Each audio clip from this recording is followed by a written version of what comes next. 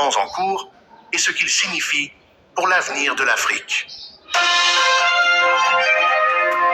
Voilà. Bolanda.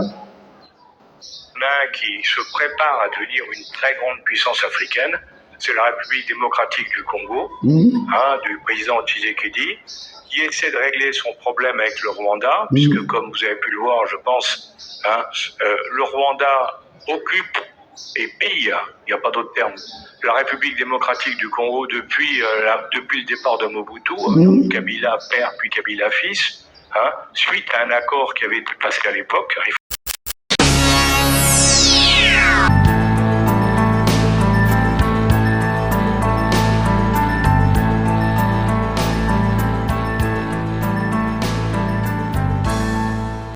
Bonjour, bonjour, bonsoir, bonsoir. Na balandi nyonso bokolanda ngai na Forger TV. Chaîne oyo ya bana mboka. Azali Congolais de père et de mère. Yango napesi merci mingi na papa Emmanuel Oyo azali les grands combattants. Motoyo a souffri trop na kati ya IDPS, asungi IDPS, mais lelo IDPS bapesi monnaie de singe. Azalaki na musala na Canada, abanda kosunga IDPS makasi. Lelo azwi passion. Passion azwi parce que Mundele asalaka 30 ans de carrière. Na makambo etali administration. Mais moto wana IDPS alingaki kozwa ye. Poste politique ekotaka anete. Trop expérimenté. Moto ya mayele makasi. Mettez que IDPS. Moto lokola bazui un campagnard. Bapese IDPS a dirigé. En tout cas, c'est très dommage. Voilà. Ba Congolais,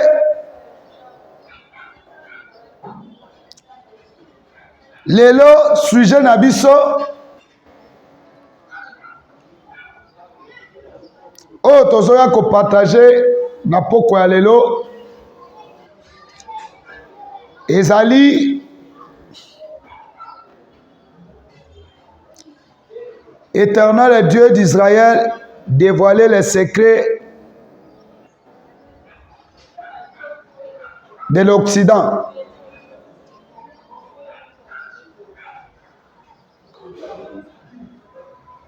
Nzambe ayebaki pourquoi atindaki Tshisekedi nata oyo na kati ya Congo.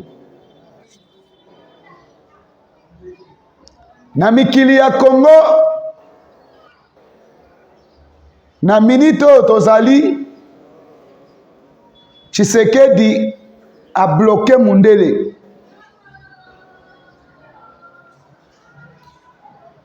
Boyoki témoignage Yaba Mindele eloko nini oyo ezoleka na mboka oyo ya biso bakoproni no bamindele bazosala. Nalobaki yango ke Tshisekedi azana ba guerre ebele oyo azobunda. Tozana guerre économique, tozana guerre militaire, otobenga guerre ya Kalashnikov. Toza na guerre médiatique. Yango nazali kosenga na balandi nyonso bozali kolanda biso, bosunga biso po ete tosala face na ba média étrangère oyo bazali kodémentir ou bien kodéformer ba information oyo ezoleka na mboka awa. Ezali part ya responsabilité na biso oyo tosa engagé ba vie na biso, énergie na biso po ete to sauver RDC. Binu pe par na bino ba oyo baza na Kinshasa bozo sala misala me botia ba vie na bino na risque te. Bosunga biso bato totie ba vie na risque, même les diaspora aussi, parce que to komi na guerre moko sophistiquée. Lelo boyoki ba multinationaux américains,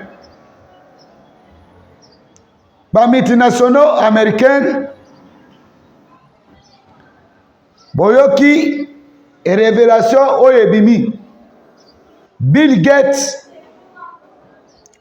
na mwasi na ye opesi mbwa boy. Mwasi ya Bill Gates asengi divorce na mobali na ye, il faut ba divorcer. Mwasi ya Bill Gates asengi mobali na ye 200 milliards de dollars américains a dédommagé ye pour être ba se séparer. C'est là mwasi ya Bill Gates a dévoilé secret. Bill Gates a sali virus. Virus oyo a sali pona koboma 42 millions d'enfants africains. Vaccin oyo ya sali parce que bamoni ke aliro tozokende na monde Afrique.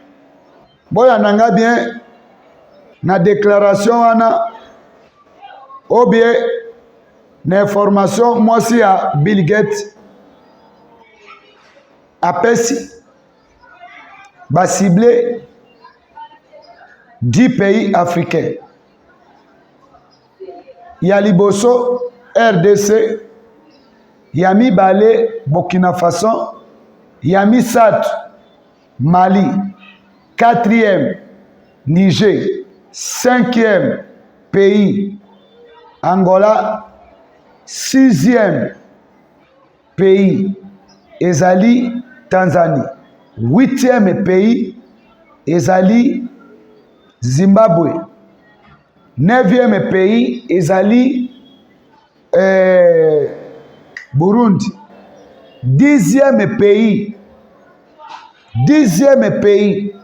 oyo faut ba pesa ba vaccin wana ezali nini, ezali Tanzania, nini Zambie. Nde mwasi ya Bill Gates alobi nakoki kozwa makila ya bakongole te. Mobali na ye asali vaccin wana po ete ba vacciner bana à partir ya 5 ans kita na se po ete baboma bato. Boyebi ke bango baza bato ya baloge parce que selon mwasi ya Bill Gates alobi boye ari oyo Afrique ezali ko échapper ba pays échappé Amérique. Soki kaka bano oyo bakoya bakoli bamindele bakoya kokangama na esclavagisme na monde Afrique. Qu'est-ce qu'il faut faire? Il faut qu'on diminue génération oye koki koya, parce que dans 5 ans soki 5 ans ekoki, donc dans 10 ans bana wana bakoma na 15 ans, donc dans 15 ans bakoza na 20 ans bakoma na part ya responsabilité. Ne selon ba laboratoire ou bien labo ya ba États-Unis ba multinationaux balobi faut ba boma ba africain, parce que ba africain bazobote ebele.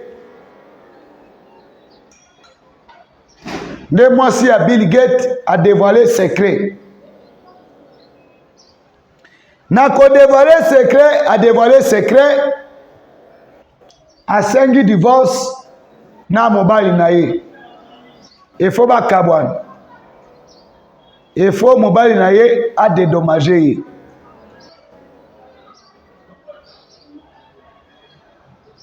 Ba Congolais boyebi même vaccin moko ebuti koleka awa. Oye boyokaki makambo ya mamaladi ya mamakako oyo babanda kobenga soki mebox. Maladi wana moto asalaki yango eza Bill Gates. Tango asali maladi wana virus wana bolandaki o maladi ya bamakako eboye faut basala vaccin pour être ba vacciné ba pays africain, les pays concernant RDC, parce que bamakako bazé belé na forêt équatoriale, mais pas na bango bamakako ezalaka, et pas na bango makako ezali, mais vaccin ekeye pas na bango te.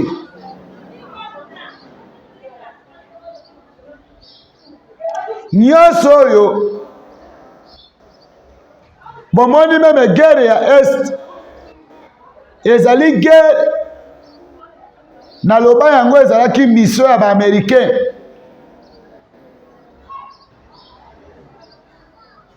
Baboma ba-congolais po ete terrain etikala vide. Nazolo bango très bien. Mundele asalaka likambo na projet. Biso ba africain nde to comprendre quel côté.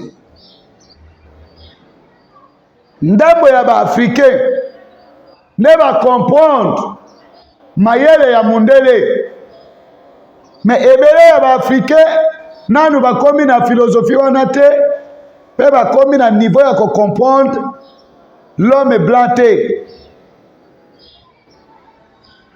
Botala Bill Gates a préparé parce que azota l'avenir, mais pas ya congolais et pas ya africain ba comprendre keloko wana te. Or que pas il faut to comme na niveau pe na capacité ya ko comprendre makambo oyo lolenge ezoleka pour être tozala na même l'homme blanc même ego na loba yango na bémission on a sala que nous avons 3 peuples dans le monde. Nous avons avec les peuples dictants,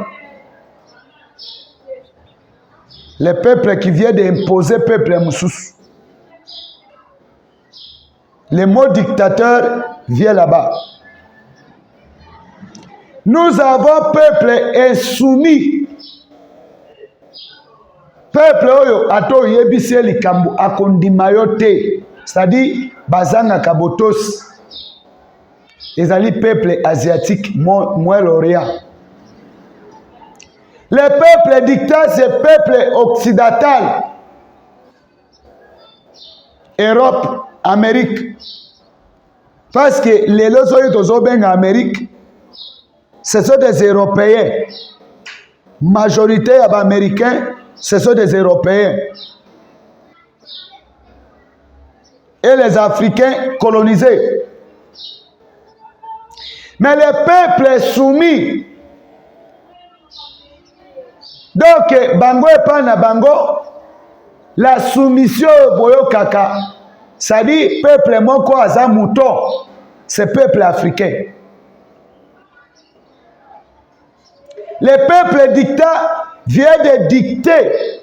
Le peuple africain et le peuple africain, bavani kimia, babo mabiso, baosa nyoso balingi, eloko ezati. Voilà la conséquence de l'Afrique. Mais maintenant, Zambe ayebi, eloko ni na bana iko préparé. Tshisekedi est arrivé au pouvoir. Burkina Faso, vague côte. Niger, Mali. Bato oyo baye ko réveiller ba africain. Pona kolamusa ba pays mosusu. Ezali RDC, Burkina Faso, Mali na Niger. Parce que les trois pays où les en Afrique de l'Ouest, balongwe na sous domination, y a l'état colonial na bango. Lelo Mali, Niger, Burkina Faso, basali monnaie na bango. Balimoger tout l'ambassadeur. Y a ba pays colonie na bango, pe bakati et relation na France. Parce que Tshisekedi a réveillé bango que nous avons sauvé le continent africain. Au lieu que bandeko na bango bakoka ko rejoindre bango, les Africains est en train de rêver. Bazali ko rêver. Voilà. Et là, quoi ils ont passé en Afrique. Les là, États-Unis d'Amérique, va lâcher Paul Kagame, selon la déclaration, il y a Donald Trump. Tango balaché Kagame, il y a un problème. Yango boyo qui proche. Il y a Macron, un ancien officier. Il y a France. Nao le carabino vidéo pour être boland. Parce que moi je parle avec la preuve.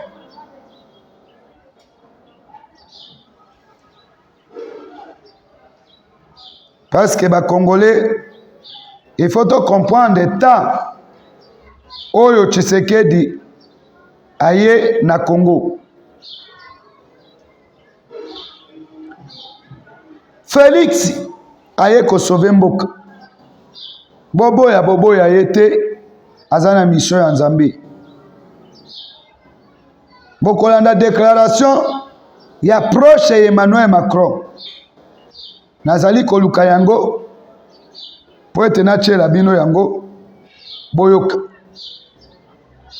Voilà. J'espère que nakomi na place yango ba Congolais boyoka.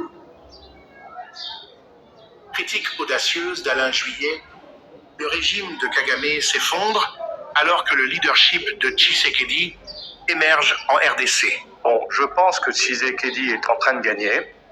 parce qu'il a maintenant l'appui de tout le monde, y compris des Américains.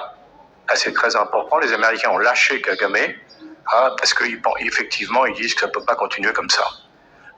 Dans cette analyse captivante, l'ancien officier du renseignement français, Alain Juillet, propose une perspective audacieuse et critique sur les dynamiques de pouvoir changeantes en Afrique centrale.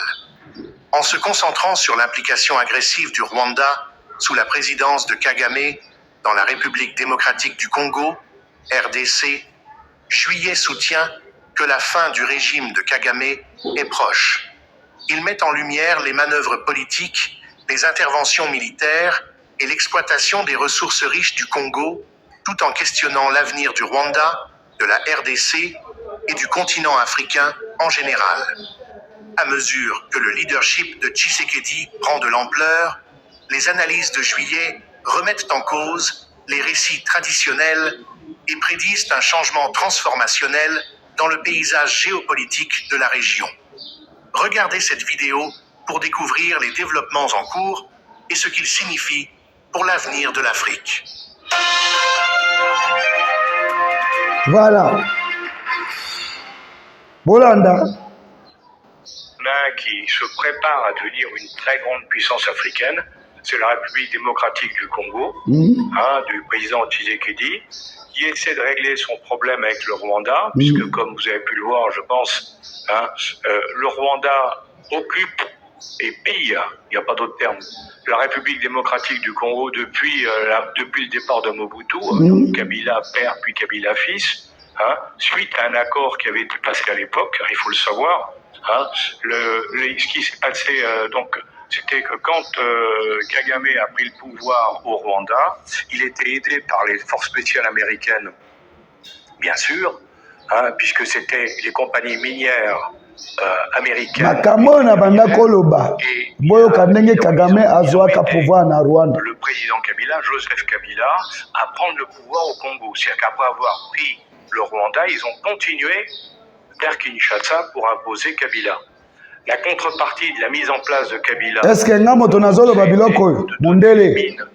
tantal et de cobalt, de l'Ituri et du Nord Kivu au Rwanda. Donc le Rwanda a exploité pendant des dizaines d'années les mines qui étaient dans cette zone-là. Et maintenant, évidemment, les Congolais disent ça suffit. Maintenant, on veut récupérer ces mines. Il n'y a aucune raison que le Rwanda exploite des mines en nous pillant sur le territoire national. Donc c'est ça l'histoire de ce qui se passe aujourd'hui, la guerre là-bas qui est terrible, parce que je vous signale que on parle des guerres, nous, la guerre au Moyen-Orient, la guerre en Ukraine, mais il y a beaucoup plus de morts en Afrique. Dans la guerre en Ituri, il y en a dans les deux autres. Personne n'en parle. Ça pose problème. Personne n'en parle, et je le dis pour les dames de l'assistance, cette guerre a un triste record, d'après les spécialistes de l'ONU. C'est un triste record, c'est que c'est une guerre dans laquelle le viol des femmes... Le viol des femmes, à peu près actuellement, à 500 000. C'est pas une. Donc, au cadre du service de renseignement français, je pense que Tshisekedi est en train de gagner, parce qu'il a maintenant l'appui de tout le monde, y compris des Américains. Là, c'est très important. Les Américains ont lâché Kagame, parce qu'effectivement, ils disent que ça ne peut pas continuer comme ça. Donc, vous voyez, tout ça, c'est en train de bouger, si vous voulez. Je crois que j'ai fait pratiquement tout. Alain Juillet, ancien officier du renseignement français, possède une compréhension approfondie de la géopolitique mondiale et est devenu un critique ouvert du régime de Paul Kagame au Rwanda, en particulier dans son implication agressive en République démocratique du Congo, RDC. Dans une analyse récente, Juillet a partagé ses vues sur la relation complexe entre le Rwanda et la RDC, mettant en lumière les causes profondes du conflit violent dans la région orientale du Congo, qui dure depuis des décennies. Il a abordé cette évaluation dans le cadre plus large des luttes politiques de l'Afrique, des guerres des ressources et des alliances changeantes. Il a proposé une perspective critique sur la manière dont les puissances internationales ont façonné et continuent de façonner le destin des deux. Voilà. Ezali rapport. Il y a haut gradé. Il y a service de renseignement français. Parce que tango toyebisaka bino makambo oyo eza mpe na bakongolais oyo bamelaki ndoki ya bamindele bakomprenaka makambo oyo te. Babiloko oyo po ete tozwa yango ifo tokende na barecherche esenga misolo. Tobandaki koyebisa bino depuis dizaines des années, de 1997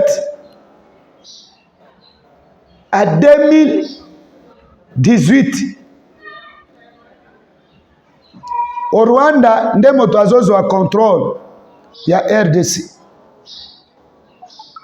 Bato babenga Joseph Kabila za Congolais. Mundele moto ayebi histoire ya moto.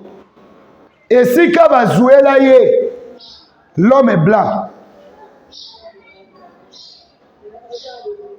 Bangonde bakomi koloba sikoyo.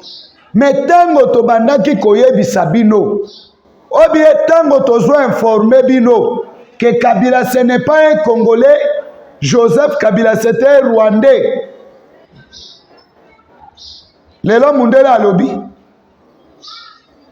Pe aza n'importe qui te.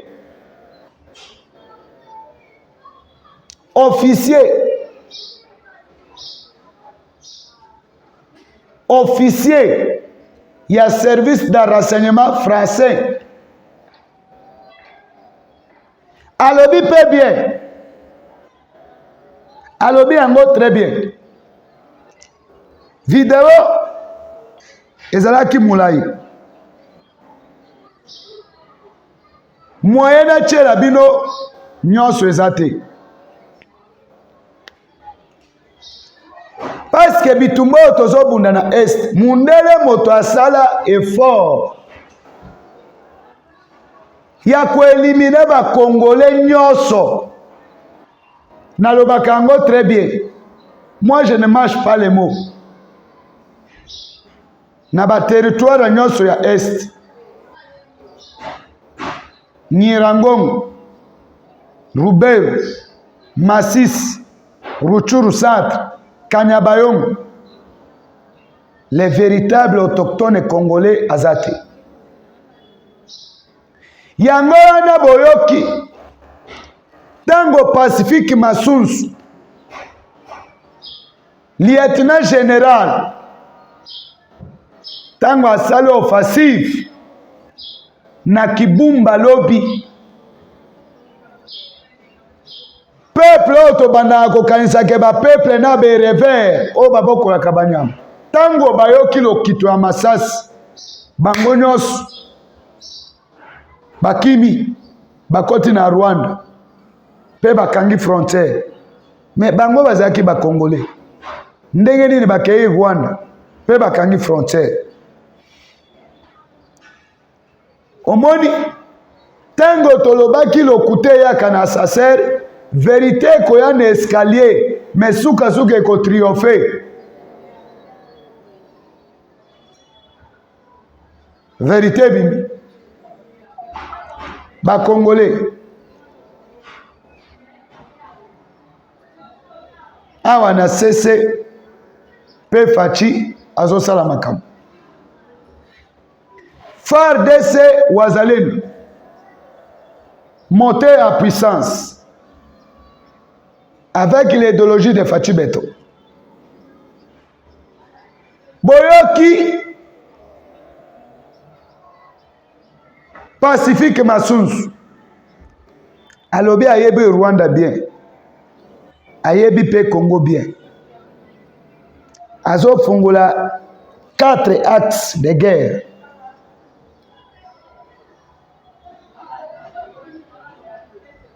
Pe akangi 9 attraits Barut oyo euti na Rwanda. Pacifique Mazunzu akangi yango ni atre ni sorti to bundanano bitumba kora mikora.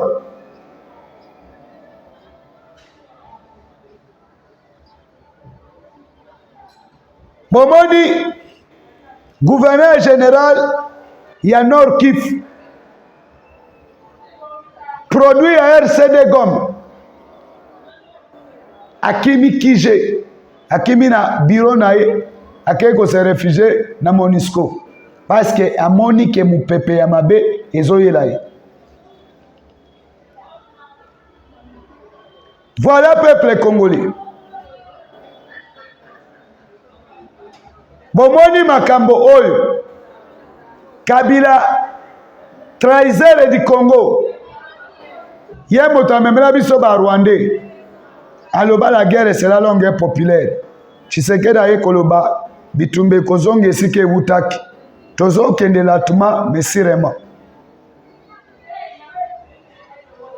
Yango nazali koyebisa papa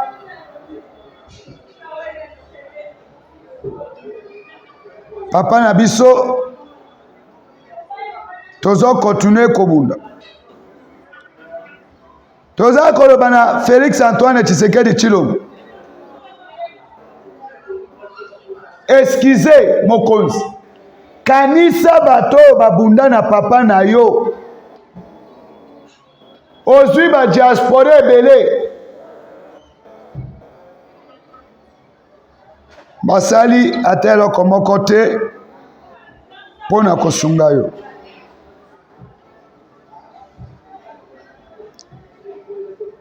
Lokola ba papa oyo ba souffrir na papa na yo, papa Marcel, papa Emmanuel. Tango bazalaki na misala na poto balongwe na Congo na torture ya Mobutu bakenda poto bango nde babandaki kofinanse UDPS. Me boni lelo mokonzi mboka toyebi te peut-être poison oyo tia na parti o bazobenga Kabuya Lunyeka. Peut-être ye motazo kangela ba papa oyo nzela poete oka kokanisa bango te. Mais bango pe ba mériter récompense de façon que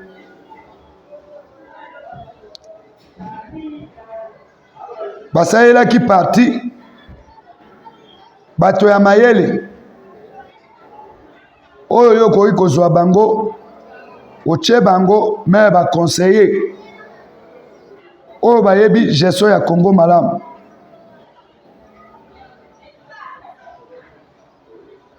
Parce que soki baza wana bakwede yo makasi kwete bango bakolinga échec te. Mais ba oyo yo zotia pembeni na yo ce sont des voleurs. Merci beaucoup. Na balandi nyonso bolandi ngai. D'ailleurs boyoki plat ya communauté internationale o bazali kosala contre Congo. Pe boyebi ke vraiment na yebisa bino lobi Monsieur Kamere Amida azobera makasi aza na problème a mutu.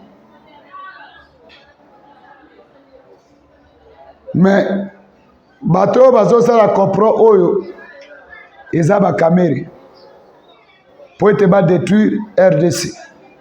Mais tokoya kopesa bino ba vérité na édition mususu lelo tokabwani na esika oyo.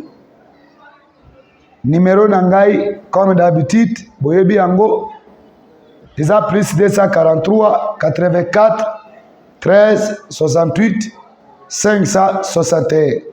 Bandeko, basate na biso eza bien te. Bosunga biso na ba petit moyen.